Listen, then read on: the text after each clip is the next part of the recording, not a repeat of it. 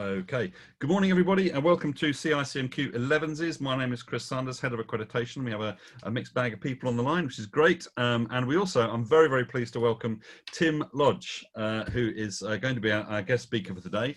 We've got roughly about an hour, about 45 minutes presentation, discussion, and then a Q&A afterwards. So without any further ado, Tim, you are on. If you want to share your screen and go ahead. Very much. I should just get the first screen up.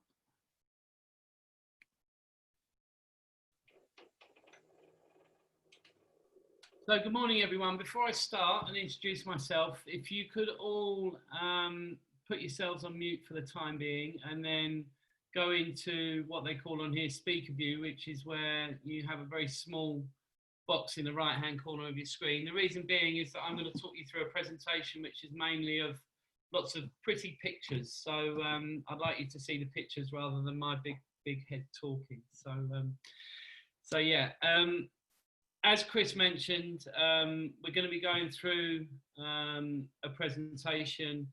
I'm going to talk to you a bit about my journey and about myself and things like that, which we'll go on to a little bit more detail in a sec.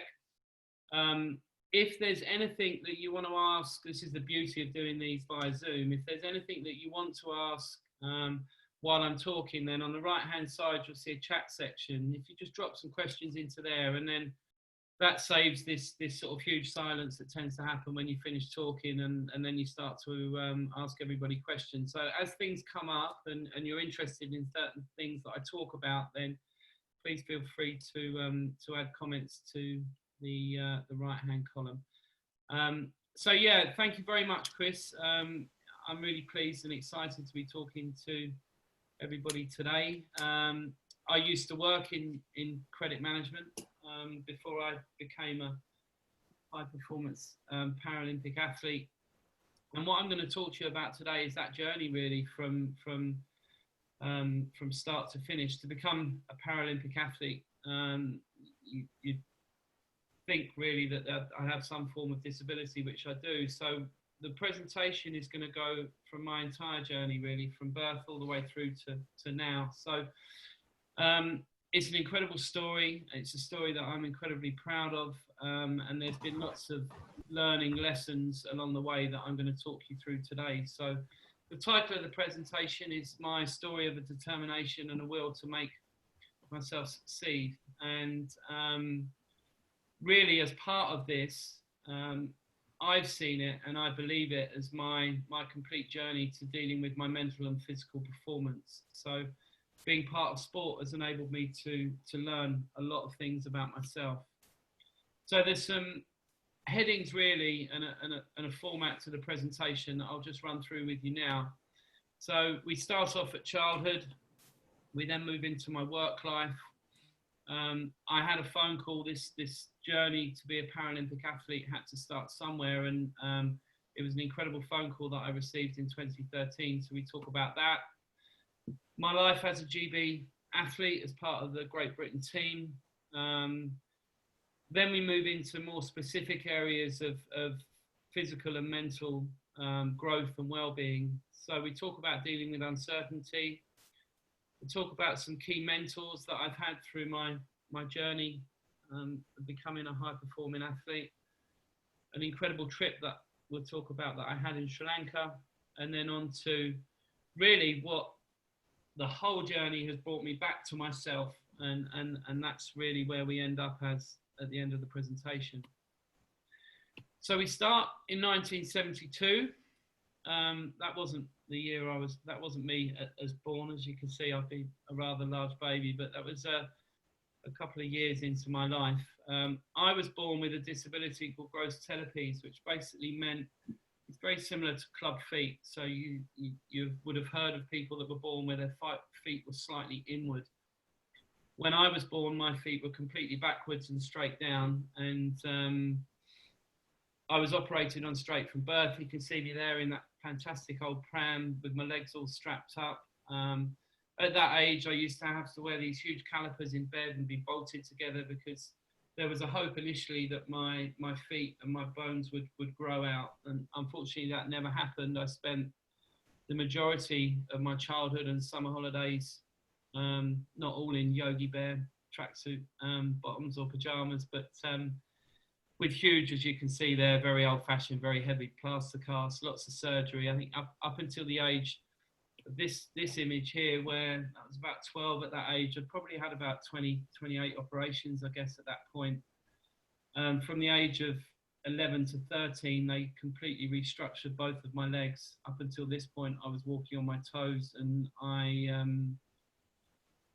yeah, you know, when I look back at it, yeah, there was a lot of pain, but it was just the norm for me, really, up until the age of 12 or 13. And it took a year to do each foot of that surgery, and it was pretty extensive surgery, but it corrected what was, you know, a pretty serious disability that I was born with.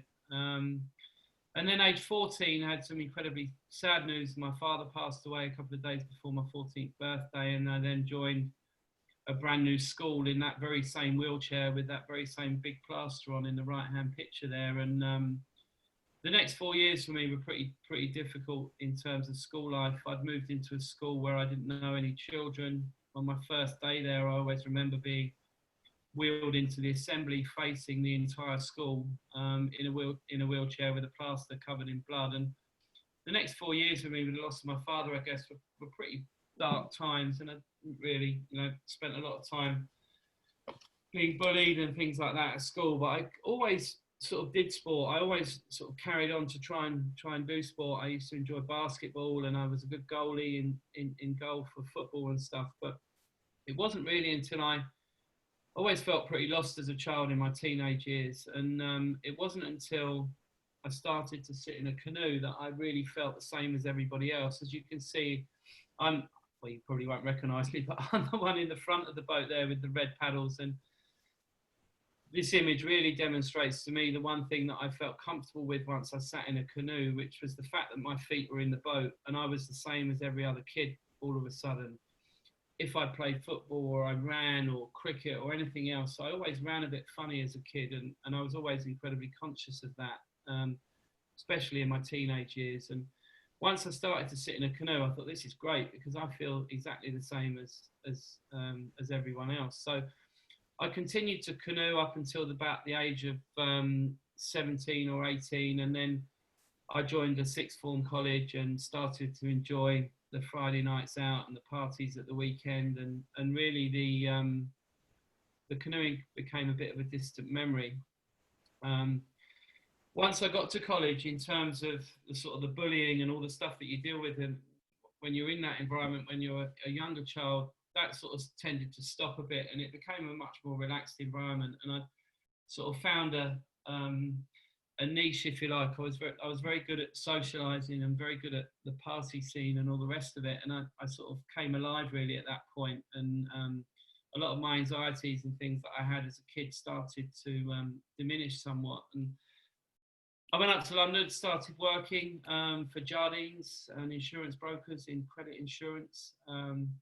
That's Waterloo Station, as it used to look like many years ago. And I had a very successful start in my career and made it up through the ranks pretty quickly. Started at the bottom, worked my way through. And I think in those days, in the 90s anyway, you know, a lot of the business was done socialising, and I was pretty good at that. So in terms of the sales, I moved more into sales roles. I became sales manager, sales director quite quickly. And then because I was so good at the social aspect of that and good, you know, and I had a real lust for life and I was a very sociable person, I got on with a lot of people, and I managed to find some great clients and work with some great banks, and I moved into credit management, and my career continued up until my sort of mid to late 30s. You can see an image of me there. I'll show you some pictures of what I look like now. I mean, I look a lot different to that now, but the alcohol, the excessive lifestyle, the partying and everything else that went with that took its toll on my body physically and mentally. And as you can see there, I'm pretty overweight, and I started to, my disability in my feet started to degrade and to get a lot worse. And my surgeon at that point said to me that, you know, it was likely that I was going to be having some more surgery soon, which we wouldn't have expected until I was in my 50s. So I'd lived life pretty hard for sort of 15, 20 years. And I took my daughter to the Olympics to see the canoeing in 2012, and you sat there and said, "This is what Daddy used to do," and it was a great experience. You know, we loved it. We had a fantastic day, and Great Britain won a gold medal in the canoeing, and it was really great. And then I went back to work and just forgot about the canoeing. At that point, when I was there sitting at Dorney Lake with my daughter, I thought, I wonder what it'd be like to get back in a boat again. And yeah, it was just a dream. And you know, I carried back on with my work life and going to the pub every night and doing everything that I always did until the 14th of January 2013, where I received a phone call from an old canoeing coach that has, and I thought at the time would, but it certainly has completely changed my life forever. And the phone call was to see that after the London Paralympics and the Olympics, UK sport had received a lot more money. There was a lot more interest in Paralympic sport. And they'd invested and were looking for new sports. Canoeing was, luckily from my perspective, going to be one of those sports, and they were looking for athletes. So at that point, I was as far from a high-performing athlete as you could ever imagine. You know, I loved sport. I certainly loved canoeing when I was younger, but I didn't know how I could potentially become a Great Britain athlete. But it felt right. It was one of the moments in life that the universe had brought me something to challenge me, and off I went to try and make it into the Great Britain team. This is an image of me on my first ever trial at Nottingham, which is a home pier point where the Great Britain team are based, and in a really big boat. I've had a lot slimmer boats than that now, but yeah, it was an incredible experience. I always remember that day, and it felt great. And really, the initial thing that I had to do was start to look at my diet and the way that I live my life. That's a picture of one of my breakfasts from back in the day. And as you can see, I used to like a bit of butter and a few sausages along the way. But I had to really look at my lifestyle, and a big part of that was my diet. So you sort of go from eating things like that to now eating funny green drinks and lots of protein and good healthy vegetables and lean meat and things like that. So initially, I had to make huge changes to my diet. The other thing that I had to do was seriously look at my relationship with alcohol, because there was no way that I could have the same amount of alcohol that I was having going to the pub every evening and socialising with work and still train, you know, not necessarily just physically, but mentally. So initially I stopped drinking during the week, and I just have a few drinks at the weekends with my friends, and that carried on for quite a good period of time. But that first step to stopping wasn't as difficult as I thought, because I was up early in the morning and training and everything like that. So what I didn't actually realise until later on in the journey was the actual, you know, the impact that the alcohol and the years that I'd spent drinking, the amount that I had would have an effect on my mental health and my anxiety and stuff. But we'll talk a little bit more about that later on. I got myself, as we all do when we need to make change, you look at people around you and the people that can help you. And a friend of mine on the left here, Matt Church from Locker 27, he runs a high performance strength and conditioning gym. I phoned him up. Another friend of mine, Paul Hover, who I used to canoe with, he's a physio. And then David Batchel, the guy on the right, is the guy that made the initial phone call. So the four of us sat down and tried to get what was an incredibly unfit, chubby 41-year-old to become a high-performing athlete. And yeah, the first weeks were pretty hard. My body felt broken for a lot of the time, and there was a lot of physio involved, but it was great. And it wasn't long before I started to see a huge change in me. And when I look at that image there, it's not necessarily my physical change, but my eyes, my head, everything started to become a lot clearer because of the exercise that I was doing around the training. And my eyes, as you can see there, my skin looked better because of what I was eating. So I was putting better stuff in, and I was exercising, and I started to see this sort of transformation and change in my body, which was incredible. I started to train at Dorney Lake, which was amazing, that's the very same lake that I sat on the bank on the right-hand side there, you know, a year previously with my daughter, saying, Daddy used to do this, and all of a sudden Daddy was doing it, and it was incredible. I've got such fond memories of that first year there.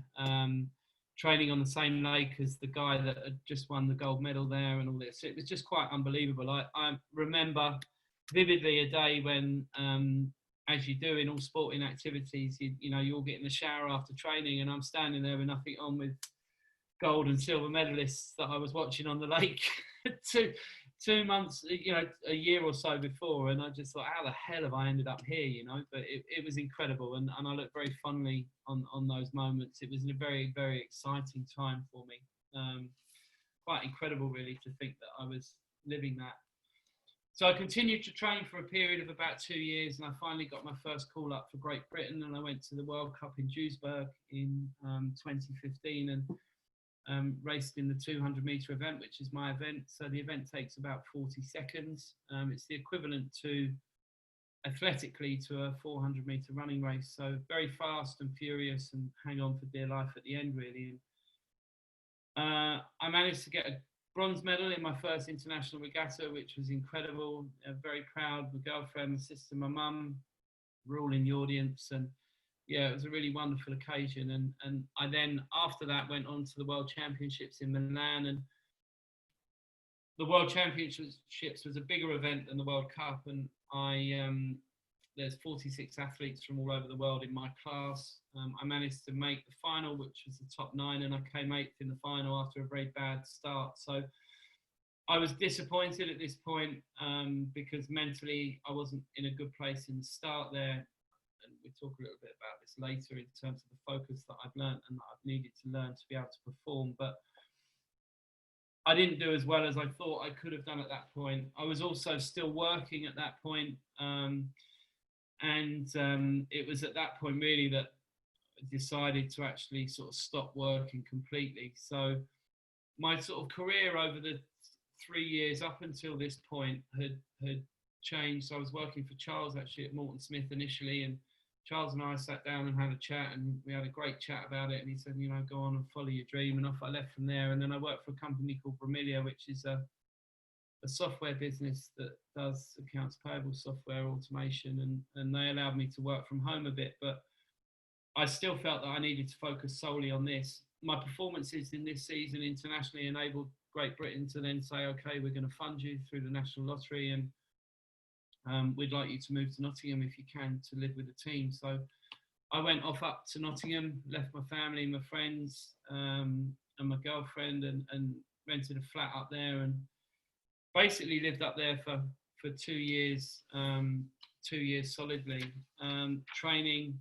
It was an incredible experience. You know, we had physios, technical coaches that looked after the boats, psychologists, nutrition experts. As you can imagine, you know, from what you've seen on the TV, the GB setup is something to be seen. And again, a huge milestone for me to be able to completely finish work and just concentrate fully on the canoeing. And that's my coach at the time shouting at me down the bank. And yeah, it was fantastic. You know, I was incredibly honoured to be in that position. And then, you know, the racing sort of took itself to the next level. You know, I really started to enjoy the racing and got myself to a point where we were pre-Rio. This is one of my favourite pictures from my whole experience with GB, really. Is I was seen as podium potential for the Rio Paralympics, and we were invited to go on a training camp in Brazil.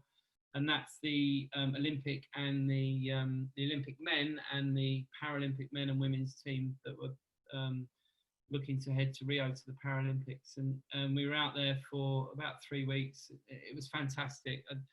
I can't tell you the pride that you feel wearing the Great Britain tracksuit when you travel abroad, at the airport and wherever you go. It's just such a fantastic experience, and really one that I'll cherish forever.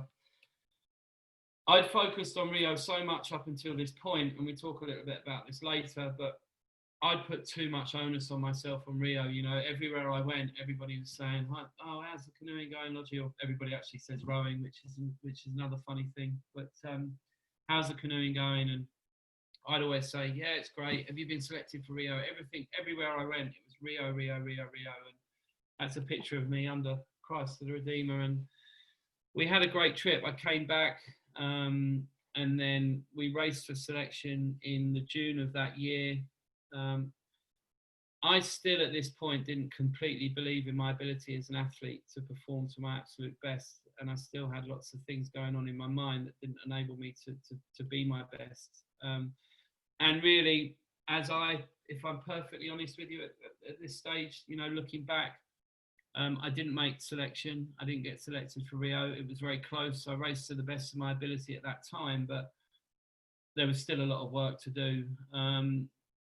There was a lot of thoughts of failure at that point, and fear and worry and anxiety about what the future might hold. But I knew there was more to come. So I continued to stay in Nottingham for the next few months until the team went out to Rio, and there's two of my teammates there that had got selected for Rio, and I continued to train with them and be around them until they flew off to Rio later that summer. I'd been a big part of their journey. They'd been a big part of mine. So I really wanted to stay with them right up until the time that they left. So really after Rio, you're then into another 4-year cycle to Tokyo. And it wasn't long after this point that I'd decided to move back from Nottingham back to home. My mum was pretty poorly with cancer, and unfortunately she passed away in 2018, and it was a very uncertain time for me. You know, I'd relied on my mum with Daddy dying so young, and relied on her emotionally, financially for many years, and to think that she would no longer be there was a hugely uncertain time for me. You know, I'd moved back from Nottingham. I was sort of training on my own again, and it was just incredible uncertainty. But as we'll talk a little bit about later, out of uncertainty can come growth and can come opportunity. And certainly in the times that we're living in now, we're in a very uncertain environment. And what I learned through this period of my life has really settled me into being able to deal with the situation that we're in now. So I carried on through that summer. Mum passed away in June, and I raced at a nationals event in September just for a bit of fun, really, just to get back in the boat. And it turns out, and it's quite incredible really, that I'd had my best race for 2 years and got silver in the national championships. I came second. Johnny to the right of me there, I hadn't beaten him for 2 years, and I'd gone into that race with no pressure on myself or anything, and got a silver medal. So I was like, hang on a minute, there's something here now, let's get going. And it really gave me a decent kick to start again. I headed off to Australia in the winter of that year, training and racing to prepare myself for the season ahead. And I got my first victory in a Paralympic race out there against the world number 4, which was fantastic for me. So again, but I came back really from Australia, and things started to turn to the worst for me mentally, and I had a pretty rough time really. I'd sort of split up from my relationship with my girlfriend after 3 years, and with mum not being around, and it just was a very dark time for me. And although that's a very beautiful picture, it sort of demonstrates to me that darkness of that time for me. And when I look back at it now, it was a very frightening, lonely time.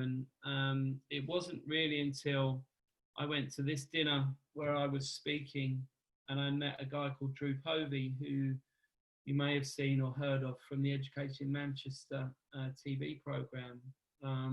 Drew's a great leadership advocate and speaker, and he does a lot of work in this market. And he sat there and listened to me talk and about my journey. I had a 2-minute slot on this panel with other athletes, boxers, golfers, and other people. And I told my story to the audience there, and Drew came up to me afterwards and was really intrigued and interested in my story because of the reality of it and the honest way in which I tell it, certainly about my mental health and things like that. So we sat down and he agreed to mentor me,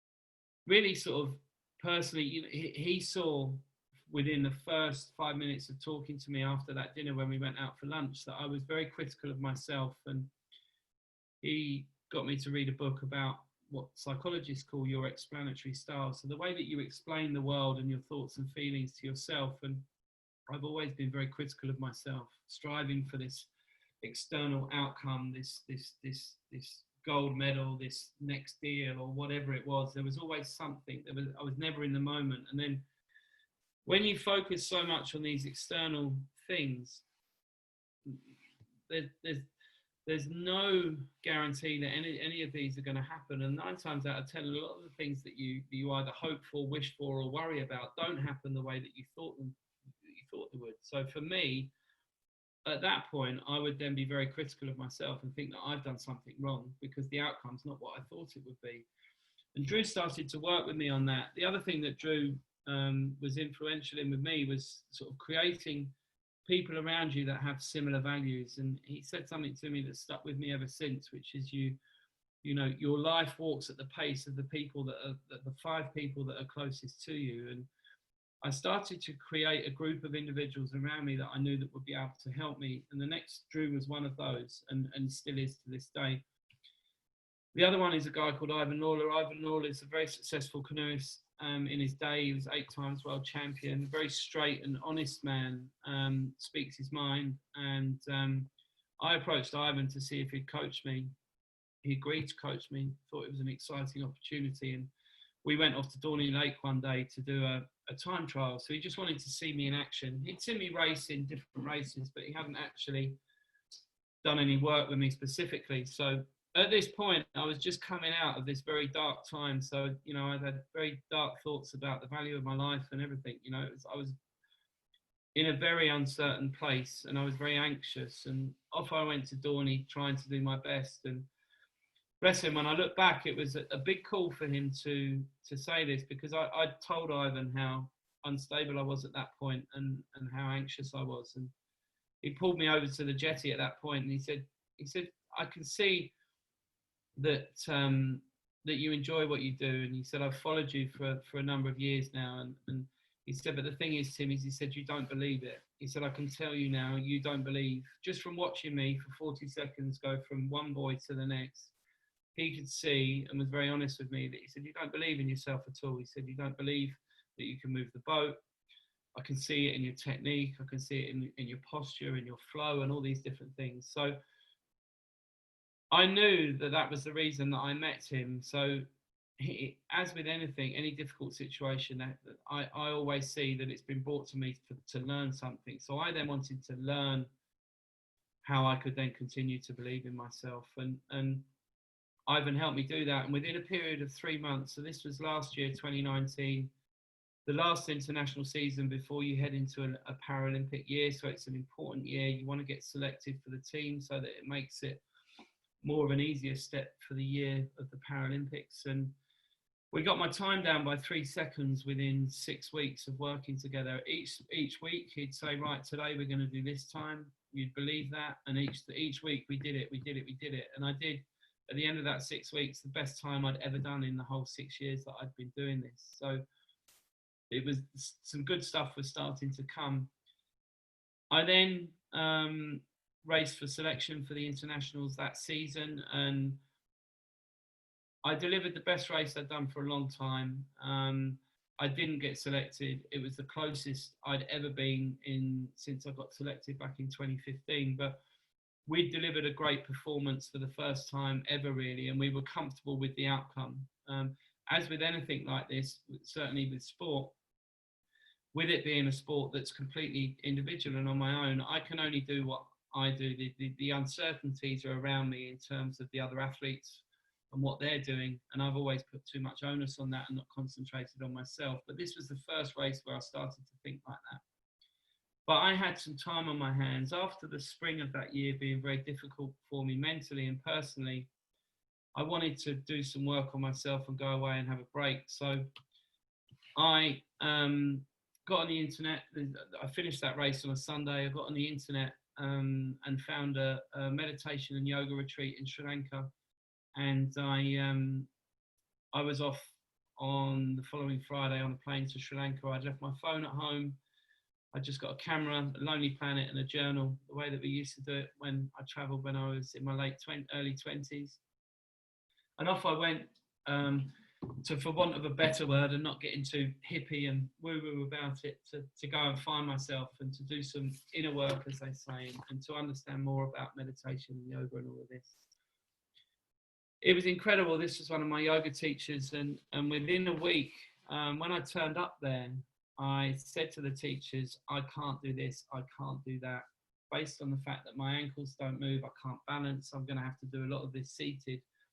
And they just ignored that, really. They didn't mention it. And I was like, hang on a minute, you know, everywhere else, I'd always made these changes and these adaptations based on my disability. And this is the first place that I'd ever been where they just didn't even acknowledge it. And I'm thinking, well, what's going on here? So within a few days, I could starting to do stuff on my feet that I've never done in my life. And by the end of the first 10-day yoga course, week's yoga course that I did, I was standing on one leg, and I've never done that in 47 years of my life at all, ever.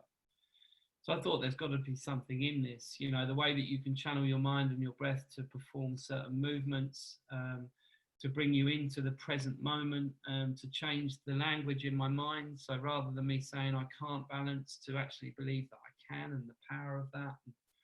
It was incredible. I was like, this is brilliant, you know, and I was really excited. And I was just about to head into the next part of the retreat, which was to do more psychological work, if you like, on myself. And I went out to dinner on my scooter about 5:30 in the afternoon. I went around a corner, and a little dog, not the same as that, but a little dog ran out in front of me. I hit the dog.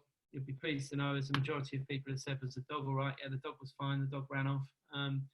But I was far from fine. I came off the scooter. I smashed my knee really badly. I broke my shoulder in 3 places, punctured my rib, broke my rib, punctured my lung.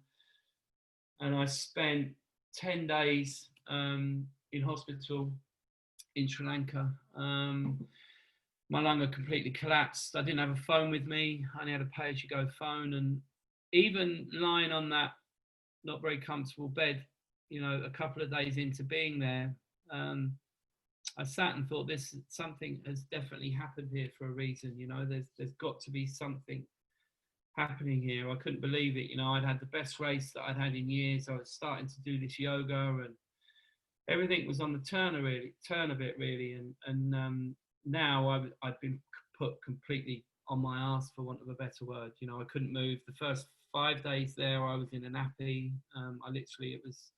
They were taking me on that stretcher down to X-ray every day, and the care I received there was absolutely incredible. But luckily enough, after 10 days there, the retreat that I was staying at agreed to look after me for another 2 weeks, because I couldn't fly home because my lung was still repairing. I couldn't go up in the altitude. So we continued to do a lot of meditation, and Ty and Jenna, 2 wonderful women there,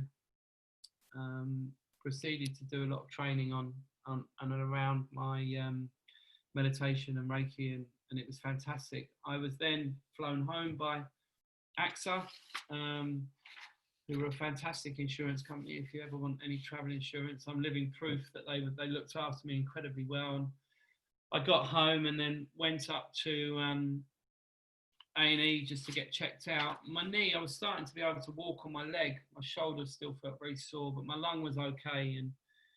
And I thought I'd just better go up to A&E and get checked. I couldn't quite straighten out my right leg still. And I went to see a surgeon that sort of knew me. They know me well at the hospital anyway, because of all the work I've had done.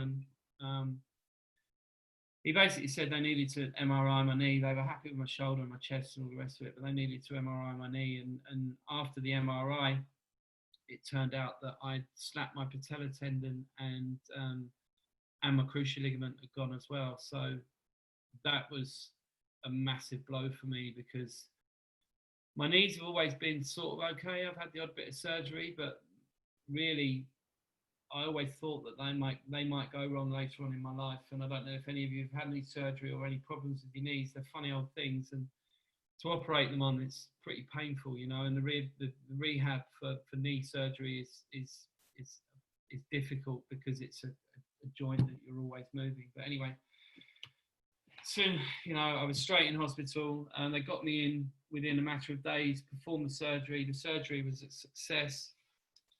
And the surgeon said to me, you're looking at 4 months. So bearing in mind, this is August last year. Paralympic selection is, or was to be, in April 2020.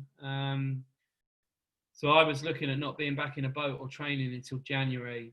and then to be able to get to my best in 3 months ready for selection was a long task, an unthinkable task really at that point. And I didn't go as low as I thought I would. I was very concerned, but the girls in Sri Lanka wrote me a wellbeing program based around Reiki, which is a form of self-healing, and daily meditation, and basically just some daily practices. And I got back home, sat on my bed, performed these daily practices.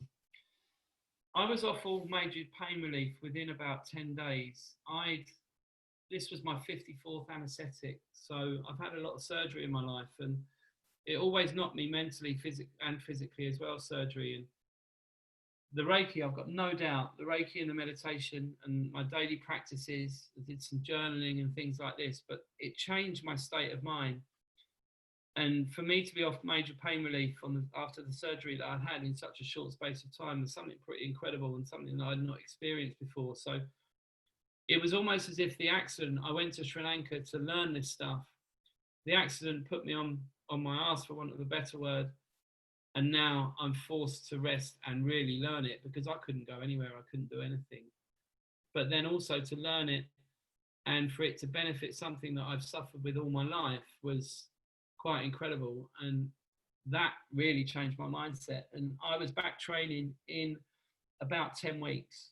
So the 4 months wasn't 10 weeks, and it was October, and I was back swimming, doing some light cycling. The stitches were out, my shoulder was good, and we were back training. And my coach Ivan and I at that point just decided to get myself to a point where we could get fit enough for me to fly back to Australia in January, and then have a hard 3-month training camp out there, come back and race for selection in April.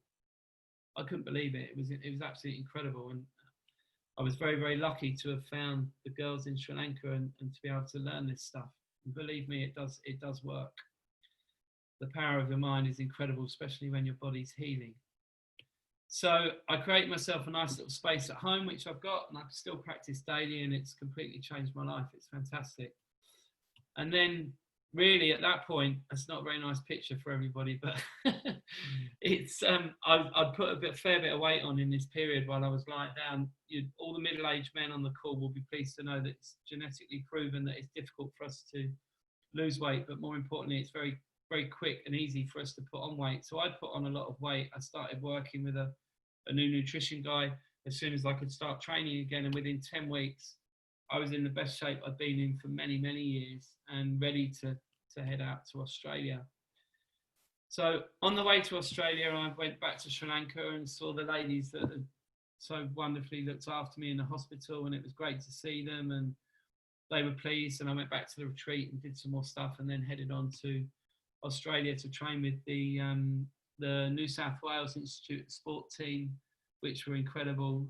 There's some Olympic athletes in there and Paralympic athletes, and I was in really, really good shape. The boat was moving well, the injuries were still there, but I wasn't letting them in my mind, and I was all ready to go. I was all ready to race for selection when I got back. And then, as we all know, I left Australia I arrived in London Heathrow on the 22nd of March, and before I was leaving, everybody was saying to me, "You sure you want to come back? It's all going pretty crazy here." And I'm like, "Yeah, I'm sure it's fine." I mean, in Australia, it wasn't as bad, apart from a few people panic buying toilet roll. It wasn't really, they hadn't really impacted out there. When I got back, I was like, Christ, this is crazy. And literally the next day, I was lucky enough to have dinner with my family that afternoon and see my sister and stuff. And then the next day we're on lockdown. And that was a really worrying time for me, because having known my tendencies in terms of my mental health and stuff, to have been away for 3 months and then to come home and be self-isolated on my own without seeing was pretty frightening. So I had to adapt, and I got myself a job with a friend of mine who runs a fruit and veg stall, delivering fruit and veg, not on my bike, but I used to cycle there in the morning. That was my daily exercise, and that really gave me a lifeline, and I didn't go down at all. I was in good spirits, I was focused, I was healthy. And then Tokyo got cancelled. And then really I've just set about since then doing a a training program for the summer at least around my well-being and just keeping my body and everything ticking over. So for me now, and as we're looking at it now, they are saying that the Paralympics, there is a chance that the Paralympics could happen next year. That's not certain by any means. You know, the possibility of having what would be 50,000, nearly 50,000 people in one place at one time from all over the world.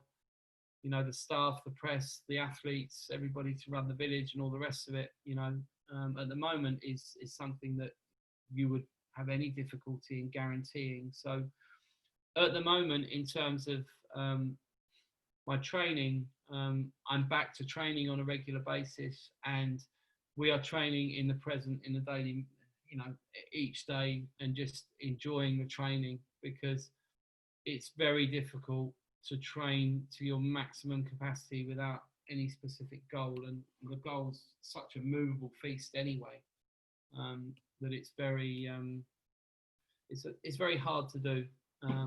So I am continuing training, but when Tokyo got cancelled, I really saw it as another opportunity for me to do some more work on myself, and I wanted to do and to learn more. And I started to work with a lady called Karen Adams, and basically Karen and I did a lot of work around. I initially spoke to her about my whole story. It was all about my story, and I've given you the snapshots of my story up until where I am today. But really, I kept saying to Karen, yeah, I just want to change. I just want to do this. I just want to feel better. I still want to feel a little bit better, albeit I was in a good place at this point when I was speaking to her. But it just, I wanted to learn more about myself, and I felt that I was in a very clear place to be able to do that. And the first thing that Karen said to me, which nobody had ever said to me before, I kept talking about change and needing to change, and I know I can still do these things better. And she said, you don't need to change. You know, you are your own. We are all our own masters. You know, our own masterpieces, and we are all perfect as we are. It's just we can, and I certainly have, a tendency to allow my thoughts and feelings to overcome me and make me anxious. I don't call it depression or anxiety, it's just life, but I can get myself to a point where my thoughts and feelings completely consume me, and I can't think of anything else. And with that becomes a lot of judgment and all of the negative feelings that you feel that can have a potential to completely rehabilitate me and stop me in my tracks. And Karen started to unravel that, and we've done some incredible work, and I've done some fantastic work with her now, where I'm in a place where I feel that I've got complete insight of myself, my feelings, my emotions, and more importantly, the relationships around me. And I feel open and awake to everybody now, and I listen and I interact in a different way to what I would before. So it's been incredibly enlightening, and without the pressure of the high performance training, it's given me time really to do some of this work with Karen, which has been absolutely fantastic. And I really have enjoyed doing the work with her, and she'll continue to be a mentor of mine as the rest have been. And we do visualization work, which I'm sure some of you would have spoken about, where you look at really visualizing processes and learning those, so that when you go through the process, it becomes second nature and things like that, which has been really interesting to do. In terms of the last year for me, you know, everything happens for a reason. My mum, God bless her, always used to say it. If I look at Sri Lanka and then getting myself to Australia and being and doing this work on myself and being in the best place that I've ever been, ready to race, and then this virus to hit, and really my future as a high performing athlete is now more uncertain than it's ever been. Will we ever get back to that type of Olympic, Paralympic work? I don't know. Will we ever get back to that type of competition? I'd like to think so, but it's still very unknown. But what I've been through in the last 12 months, I've learned more in the last 12 months than I learned in the whole 6 years prior to that. I think that was integral in getting me to this point. But everything does happen for a reason. And what I've learned now is I need to put myself in the best place possible to be able to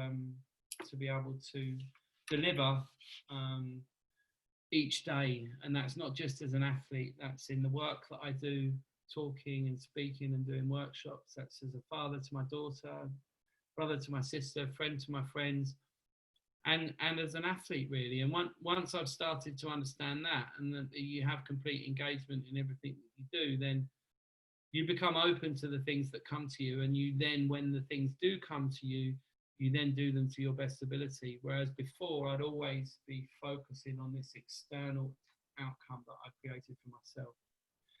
So I'm conscious of time. So what I'm going to do, Chris, is I'm just going to skip through. Yeah, thanks, mate. And we have got some questions, Tim. Yeah, so I'm just going to go right to the end, really, Chris, and just talk a little bit more about what I'm doing now. So whilst I was in Australia, I was approached by a guy that I used to work with called Chris McGibbon, and Chris needed some help, and he'd seen what I'd learned. I gave him a wellbeing plan, some stuff to read, and basically he then agreed to invest in a business which I call Zenval, so now what I do is I do workshops to companies on basically the life lessons. So we've had a complete journey of my from start to finish now, start to now, and basically what we've got here is workshops that I've built up, and I've split those life experiences into exercise, nutrition, well-being, mindfulness, power of uncertainty, living outside your mind, and values and goal settings. And these are just headings of the work that we do at Zenval for businesses at the moment, certainly in this uncertain world. There's 5 things that I'm just going to say quickly before I finish that I will keep with me for life. And that's this engagement, as I spoke about earlier. So being engaged in everything that I do. Cold water I love. So some of you may have heard of Wim Hof and people like that. So I do cold showers, cold baths daily. It's fantastic. It rejuvenates you. It makes you feel great. I feel it's like a quick reboot. Exercising daily in nature, I will always do, whether that's on my canoe or bike. Talking and writing gratitude each day, things that you're grateful for, and then Reiki and yoga. And these are 5 practices that I will continue to do. So thank you very much for listening. I hope you found it interesting. We've got questions. Yeah, could you... and I will stop sharing the screen. So yeah, thanks, Tim. That was... incredible, actually. You and I, we've spoken before. You've been at one of my events before, and you've done something for us before. And I think the previous one took us up to I think it might have been Rio. Yeah. I think, and then this the next one, which was the trip to Sri Lanka, the Australian trip, the Olympics in Tokyo and stuff. That's new. I haven't seen that or heard that before, so that's very different. And so we do have some questions. Yeah. One from Charles. What would you say the most dramatic change to you noticed to your body are from changing your diet and reducing alcohol? Brackets aside from your lovely sparkly eyes. Close brackets. Thank you, Charles. I think one of the initial things is the fact that I could actually cut my toenails without practically passing out, and that was one thing I remember at the start. I think it's really interesting because, and you mentioned there, it's diet. I think diet is the key. They say that abs are made in the kitchen and all this sort of stuff, and what you put in does help, without a shadow of a doubt, in terms of your physical change. But I think initially it was just I felt less heavy on my feet. Excuse me. You immediately lose some around your waist, and this bit around your face goes quite quickly. But yeah, I felt certainly on my feet that my that I felt lighter. But now, more importantly, when I put on a little bit of weight, I feel heavy very quickly. So the most dramatic change was around the waistline, really, and then the gym work that you do around that to feel stronger and more connected is huge. So, from Cherry, in those dark days, what did you hold fast to help you combat them? It's interesting, you know, and I always used to say to myself, I'd go out on my day, you know, when it was really bad. One of the therapists that I was working with, you know, I couldn't even get down to the shop to buy a newspaper. You couldn't even go out the house, you know. And the first bit of exercise that I had to do was to get down to the shop to buy a newspaper. On those daily exercises, and then that improved to me going out on a bike and then going in a canoe and all of this sort of stuff. And on those daily exercises, and I can remember it now as clear as day, I used to say to myself, it's going to be fine, Lodgy. It's going to be fine. Now I say to myself, I am fine. So I think I always had a belief that I would always be all right. The other thing, and if you are feeling like that, as a lot of people do, is don't feel that you're alone. Don't feel that you're any different to anyone else. Everybody feels the same. Everybody feels the same. I mean, as human beings, we have about 8,000 thoughts a day, and about 90% of those thoughts initially are negative thoughts. Just that a lot of different people deal with those differently. I think be very honest and in acceptance of yourself and where you are, and seek help from people and talk about it. I think that's what's, and also it's a journey. I never really realised this until this year, is that since I was doing the work with Karen, is I always thought I'd see the next therapist or see the next person or the next coach and they'll fix me, and then I'd walk on to this beautiful life of gold medals and money and everything, you know. And it's not about that. It's about the journey. And my certainly now with Zenvo, my business, and doing talks like this is my life now. This will continue, and I will continue to learn. Will continue to meet new people. I will never be this perfect person that I always dreamt of. So it's a great question and something that I could talk about for hours. Okay. The next question talks about, have you ever thought of sharing your experiences one-to-one and mentoring others? I guess you're doing that through the company now, yeah? Yeah, so the company really, it's always been mine. And as Chris said, I used to do talks before this, but they were just really sort of the motivational type talks. Now I've formulated it into a plan that I tend to offer to more than one person at a time. Personal mentoring, coaching, or whatever you call it, is a bit of a different market. I do it for a couple of my friends and people that I know. I'm always happy to share the experience, and if there was anybody that was interested in talking to me, I'm more than happy as part of this. Yeah, we've got on the email, the invite to this session. Your email address is in the CC. So if anybody wants to contact Tim directly, the email is in there.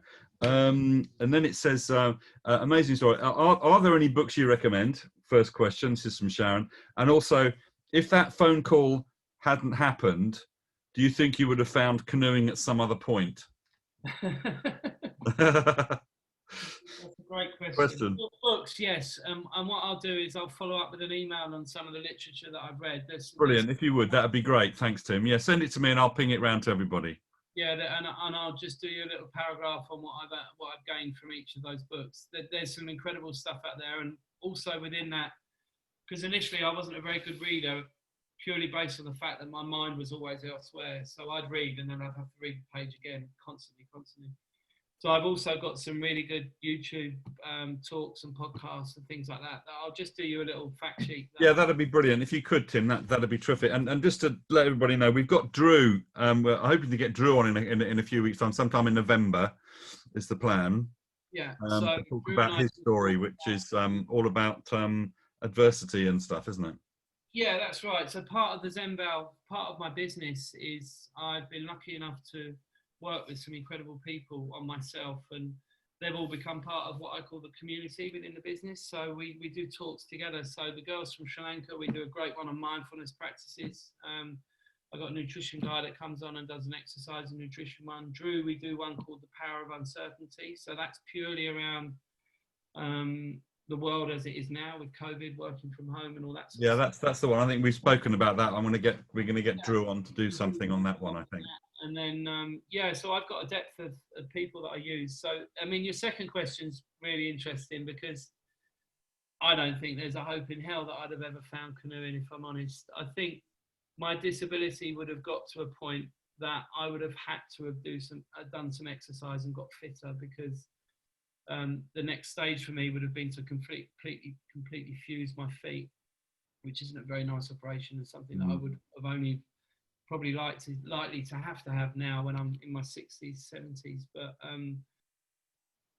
I don't know. Who knows? I think I probably had as much chance of finding a canoe as I had of finding that golden deal or that golden shareholding or all the other things that I dreamt of. I think the one thing that I'd say to that is, and the advice that I would give you is focus on exactly what you're doing at this moment in time, and then do that to the best of your ability, whether that's the washing up, going for a walk, talking to your family, working, presenting, anything. If you focus completely on that initial thing and do that to the best of your ability, then the outcome is really irrelevant. I will stop recording there, because that's something brilliant to end on, but don't go away, Tim. But yeah, thanks very much, Tim, for the conversation. Unbelievable story. And as I said, we'll be posting this on YouTube very shortly. I'm just going to stop recording now, so thanks very much.